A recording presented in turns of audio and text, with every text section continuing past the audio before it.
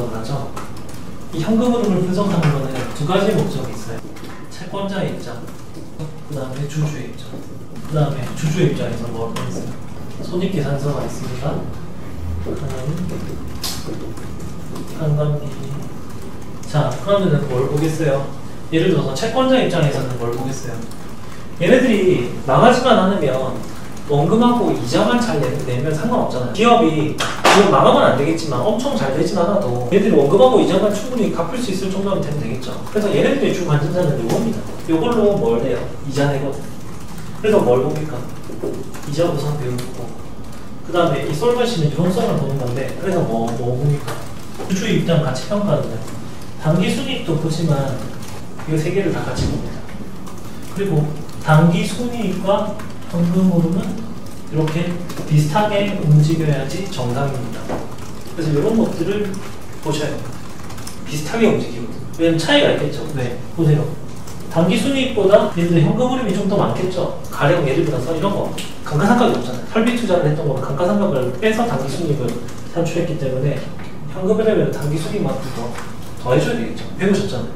맞죠? 그렇다고 보시면 될 것 같습니다. 요거를 일단 여러분들이 큰 틀에서 이해해야 되고 그 다음에 신용분석사를 공부하면서 사람들이 갖고 있는 그 오해가 또 뭐냐면은 캐시플로우. 이 캐시플로우 같은 경우는 나중에는 결국은 재무로 넘어가면은 신용분석을 한 다음에 결국은 밸류에이션으로 넘어가거든요. 근데 이것도 지난번에 제가 말씀드린 적이 있었는데 미래 발생하는 현금 흐름의 현재 가치의 합입니다.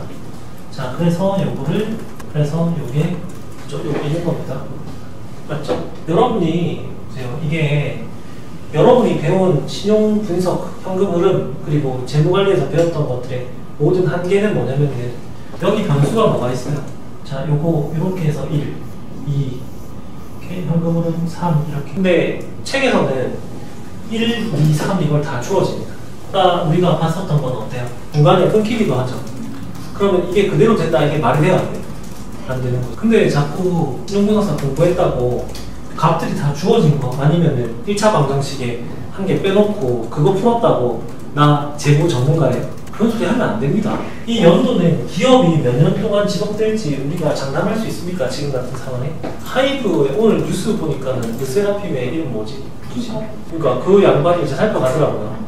보니까 아니 그러면은 하이브 주가가 몇 년 갈지 알아요? 몇 년 갈지 모르잖아요. 이거. 그리고 이것도 보세요. 여러분 이거 구할 때 뭘로 구해요? 맨날? CFM으로 맨날 구했죠. 그러면 보세요. CFM 공식도 봐봐. 여기서 이렇게 돼 있던데 이것도 한번 생각해보세요. 이것도 진짜 재밌는 게 무역 이자율이 어떻게 되고 있어요? 폭등하고 있죠. 엄청 바뀌고 있죠. 베타는요? 베타는 보세요. 시장이 이렇게 올랐다가 지금 이렇게 확 떨어져가지고 이렇게 하고 있잖아요. 예를 들어서 뭐 베타는 같이 뭐 동조화를 보인다고 하니까 민감도니까 이것도 사람마다 각기나 다르겠죠. 근데 이것도 한번 보세요. 시장의 기대 수익률이면 이거만 계산할 거 아닙니까? 시장의 기대 수익률은 어떻게 되겠어요? 이게 변동이 심한 거지. 그러니까 이 할인율 추정도 굉장히 애매해진다는 거죠. 아니 이거 자체가 기대 수익률 자체가 이거 추정하는 게 이게 할인율을 제대로 측정할 수 있는지 의구심이 든다는 거예요. 이렇게 변동성이 심한 상태에서는. 보세요. 이것도 바뀌고 이것도 바뀌고 이것도 바뀌고 변동성이 심하니까 그러니까 이게 밸류에이션 하기가 힘들어지는 거죠. 그 책에 이거 주어주잖아요. 리스크 레이트가 몇 %고 베타가 얼마고 시장 기대 수익률이 얼마다 이렇게 정해주잖아요. 잔차는 뭐 예를 들어 없는 걸로 한다 이런 식으로 해서 이게 맞냐고요 사실. 그만큼 실무는 어렵다니까요. 특히나 더 이것도 진짜 힘들죠. 아니 아무 문제 없이 제조 기업들이 생산 캐파를 가지고 꾸준하게 안정적으로 생산하면은 어느 정도 예상 매출액 정도는 나올 수 있어요. 근데 지금과 같이 공급망 변동이 심하고 인플레가 생기고 여러 가지 변수가 생기고 갑자기 화물연대 파업해서 안 되고 배가 모자라고 갑자기 봉쇄를 하고 코로나가 창궐하고 그죠? 반도체가 모자라고 그 다음에 기름 가격이 너무나 급등하고 바뀌고 이거를 감안해서 이 캐시플로우를 추정하기가 쉽겠어요. 그래서 진짜 찐 현금 흐름 신용 분석의 역량이라고 하는 것은 사실 자격증을 따서 그냥 여기 있는 거 값을 주어진 거 공식에다 그냥 대입해서 이 값이 이렇게 나왔다라고 하는 걸 얘기하는 게 아닙니다. 아까 기업과 산업 분석들을 통해 가지고 그 변수까지 감안해서 어떤 기준을 설정하고 이런 것들을 추정할 수 있는 게 진짜 역량이 되는 것입니다. 그래야지 잠깐 이것도 파악할 수 있게 되는 거죠. 이해가 되셨습니까? 오케이? 아시겠죠? 자, 그 다음에 제가 중소기업 재무제표에서 많이 봐야 될 게 뭐겠어요? 유동비율, 당좌비율, 부채비율. 그 다음에 영업이익, 단수익. 그죠? 근데 사실 보세요. 매출 원가하고 판관비 이런 것들은 CEO나 CFO가 자기가 조절 가능하거든요. 근데 매출액이라고 하는 거는 좀 그 조작하기가 좀 힘듭니다. 그래서 매출액을 보통 봅니다. 왜 매출액이 조작하기 힘드냐면 예를 들어서 거래 상대방이 이 매출이 발생하면 뭘 해야 되겠어요? 거래 상대방한테 뭘 합니까? 납품을 하겠죠. 납품을 하겠죠. 맞죠? 그 다음에 대금을 지급받겠죠. 그러니까 매출액이 되겠죠. A 기업에. 그러고 나서 또 뭘 줍니까? 얘네들한테. 정부에 신고를 하게 되겠죠. 그리고 요거 매출액 기반으로 또 뭘 냅니까? 법인세를 납부하도록 되어 있습니다. 근데 그래서 이제 매출액은 좀 조작하기 힘들다라고 말하는 측면이 있습니다. 그런데 이게 문제가 뭐가 있냐면은 이 매출액으로 인식되기 이전에 중간에 어떤 단계를 거치냐면은 처음에 신용거래라는 게 발생합니다. 근데 신용거래는 되게 일반적인 거래 형태입니다. 뭐냐면은 실제로 납품하고 나서 대금 회수까지 여기까지 걸리는 시간이 있잖아요. 납품하면 뭘 받습니까? 매출 채권을 받죠. 근데 이게 대금 회수까지 걸리는 시간이 이게 이제 매출로 이제 인식이 되겠죠. 그럼 이 시간이 짧을수록 좋겠어요? 멀수록 좋겠어요? 짧을수록 좋겠죠. 그죠? 그래서 이걸 우리는 뭘 봅니까? 그죠? 매출 채권 회전비를 보겠죠. 그리고 이거를 갖다가 매출 채권을 보통 엄청 하는 게 많은데 전자원이 왔다 갔다 하거든요. 전자원 리스트를 내역을 보면은 알 수 있게 됩니다. 왜냐면 종이 조각에 써서 했다면 그게 진짜인지 아니면 우리가 알 수 없잖아요. 근데 전자원으로 다 한단 말이죠. 그리고 이게 얼마나 빨리 회전이 되는지를 파악해야 돼요. 보세요. 이 기업이 지금 영업이 되게 잘 되는 거다. 이러면은 어떻게 하겠어요? 예를 들어 교섭 능력이 좋은 곳이다. 선입금 하세요. 아니면 물건 안 드립니다. 이러겠죠. 선입금 해야 돼. 왜냐면 물건 달라고 하는 사람은 많으니까 선입금 안 하면 안 주는 거지. 극도로 보면. 그런 애들 어떻게 써요? 매출 채권 회전율이 의미가 없겠죠. 매출 채권도 안 생겨요. 아니겠죠. 그럼 바로 매출 꽂히는 거지. 그 회전율이 극도로 높게 나타나겠죠. 그것만 봐도 이 회사는 좀 더 운영이 잘 된다 이런 걸 볼 수 있지 않겠어요. 그러니까 좋은 회사들은 매출 채권 회전율이 높고 유동성이 풍부합니다. 유동성이 풍부하다는 거는 유동 부채하고 유동 자산 이게 풍부하다는 걸 이렇게 비유해요. 아시겠죠? 요거를 꼭 봐야 된다는 겁니다. 아시겠죠? 재무제표를 딱 펼쳐놓고 볼 때 이렇게 봅니다. 아시겠죠?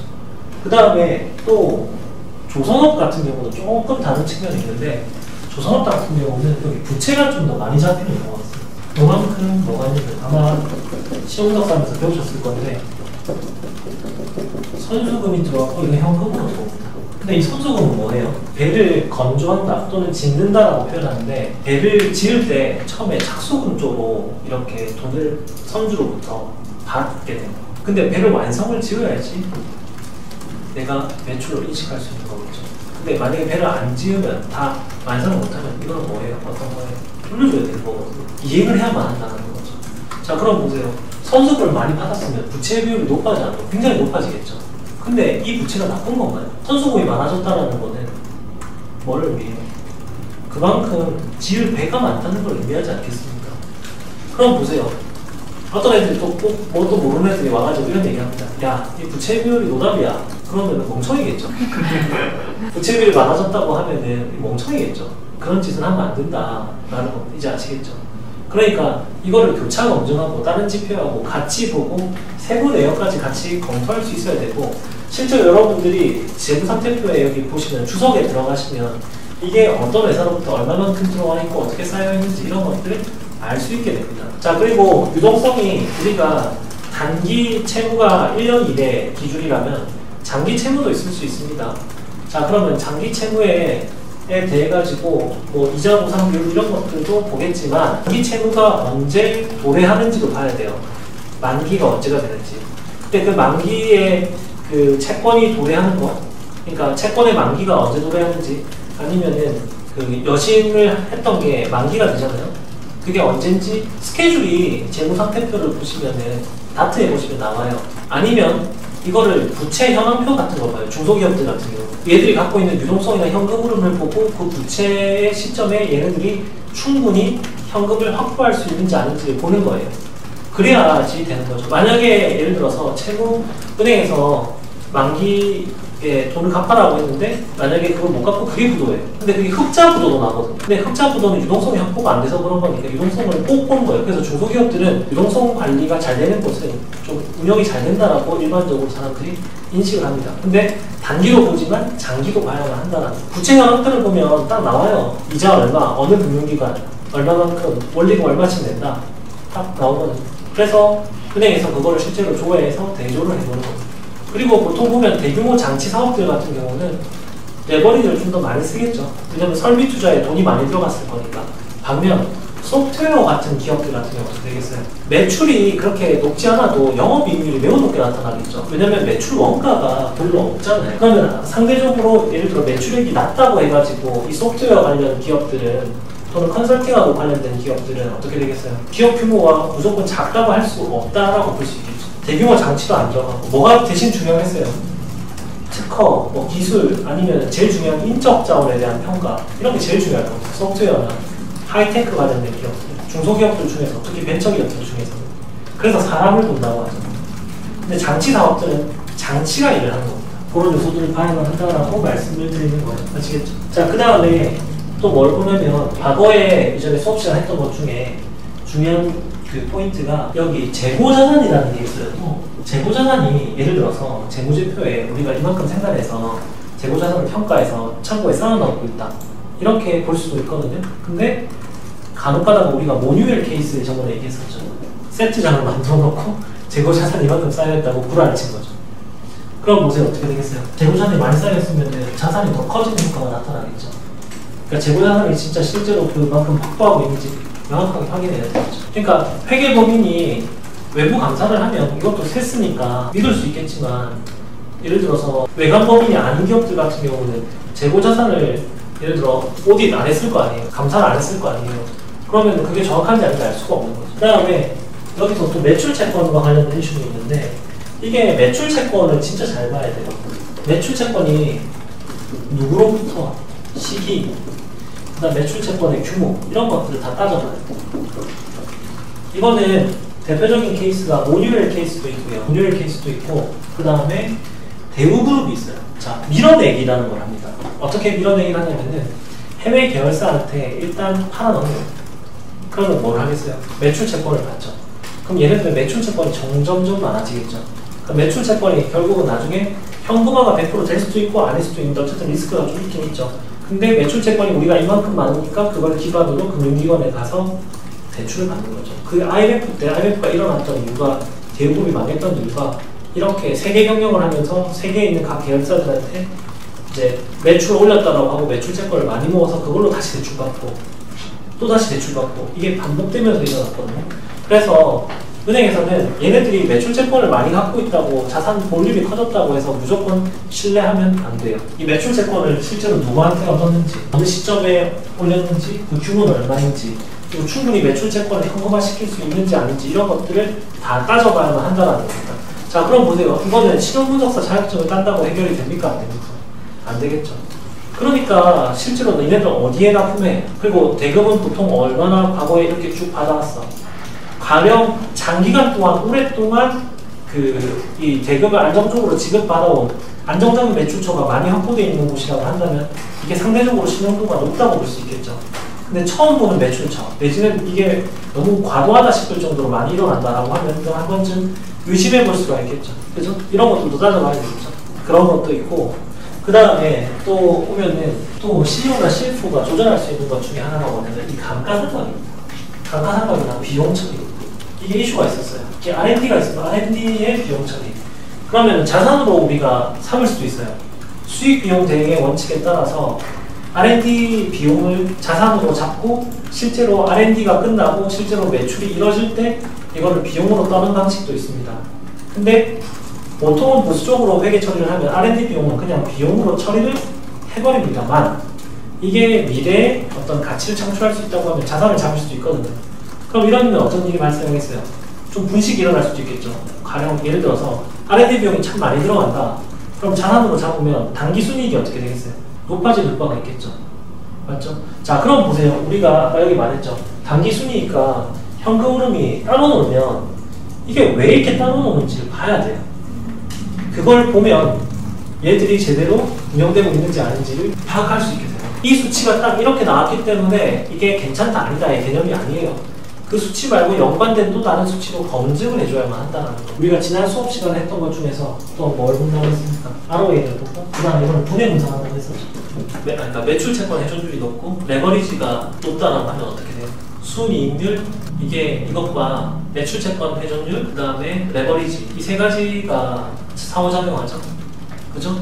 그러니까 무조건 ROE가 높다고 해가지고 무조건 좋다 아니다 이렇게 판단할 게 아니고 얘가 레버리지를 많이 쓰고 있는지 아니면 턴오버를 너무 많이 하고 있는지 아니면 이익률이 높은가? 이런 걸 따져봐야 됩니다. 그리고 이익률이 높은 회사라고 한다면 어때요? 구성 능력이 좋은 회사겠죠. 왜냐면 자기들밖에 이런 걸 생각 못하고 경쟁력이 있으니까 이익을 높게 받겠죠. 그러니까 이익률이 정상의 범주에 속하는지 아닌지도 따져봐야 돼요. 무슨 말인지 아시겠죠? 자, 상장 기업이긴 하지만 부산에 있는 그런 회사를 한번 보도록 하겠습니다. 리노공업이라는 회사입니다. 반도체 관련된 회사입니다. 자, 코스닥 15위나 됩니다. 이 부산의 상대 대장이라고 보시면 됩니다. 자, 보세요. 매출액이 2,800억인데 영업이익이 1,100억이면 영업이익률이 41%나 나오죠.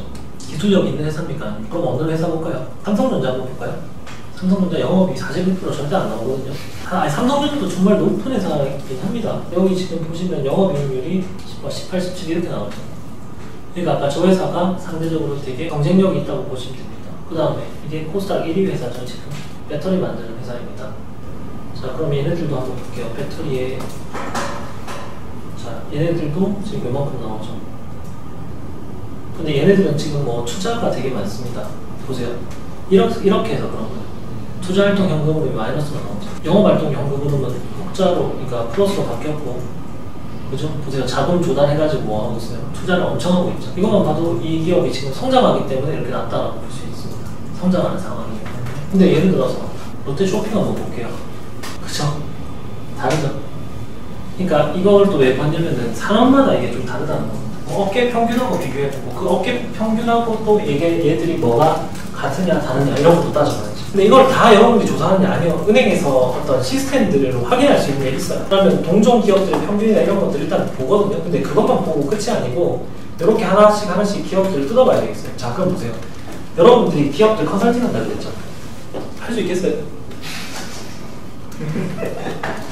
네? 그러니까 여러분들이 그걸 너무 쉽게 얘기하는데 제가 그걸 듣고 안 된다고 제가 아주 명확하게 얘기했죠. 가능하겠어요? 지금 이거 하루에 하나씩 쳐낼 수 있겠어요? 일 다 하면서? 그러니까 여러분들은 제 말을 들어야 됩니다. 제 말에는 그거를 다 염두해서 이야기를 한 겁니다. 근데 이것도 다 얘기한 거 아니에요. 이거보다 할 얘기는 사실 더 많아요. 더 복잡한 것도 많아요. 그거 하면 여러분들이 다 싫어할 것 같고, 그리고 솔직히 그 정도까지 안 해도 아무 상관이 없어요. 그 정도까지 안 해도 되기 때문에 이 정도까지만 이해하라고 말씀을 드린 겁니다. 그러니까 이거를 여러분들이 돌려보시면서 이해하셔야 됩니다. 자, 이 정도까지 얘기했을 때 여러분들이 자기소개서나 면접 가서 딱히 털릴 일은 없다. 여기 앉아있는 평가하는 사람이 모른다 라고 말씀드리고 싶습니다. 그러니까 다시 정리하면은, 자, 보세요. 이게 다 연결이 돼 있죠? 네. 그죠? 연결이 돼 있죠? 네. 자, 그 다음에 현금으로 분석하는 것들은 채권자 입장, 주주의 입장 이 두 가지를 보는 것이고, 그죠? 이런 지표들을 주로 본다. 그 다음에 단기 순이익만 보는 게 아니라 현금도 같이 보고 영업이익도 보고 이 여러 가지 부수 지표들을 다 봐야만 하는 것이고, 환경 분석과 그 다음에 산업 구조를 살펴보기도 하고 캐시플로우를 이렇게 파악도 해야 되고 중소기업의 재무제표를 가지고 이런 요소들을 살펴봐야만 한다.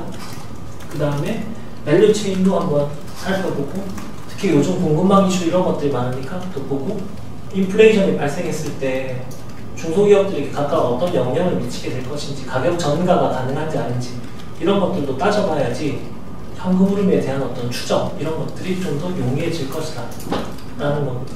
이해되셨습니까? 이렇게 변동성이 커질 때 진짜 실력이 나타나거든요.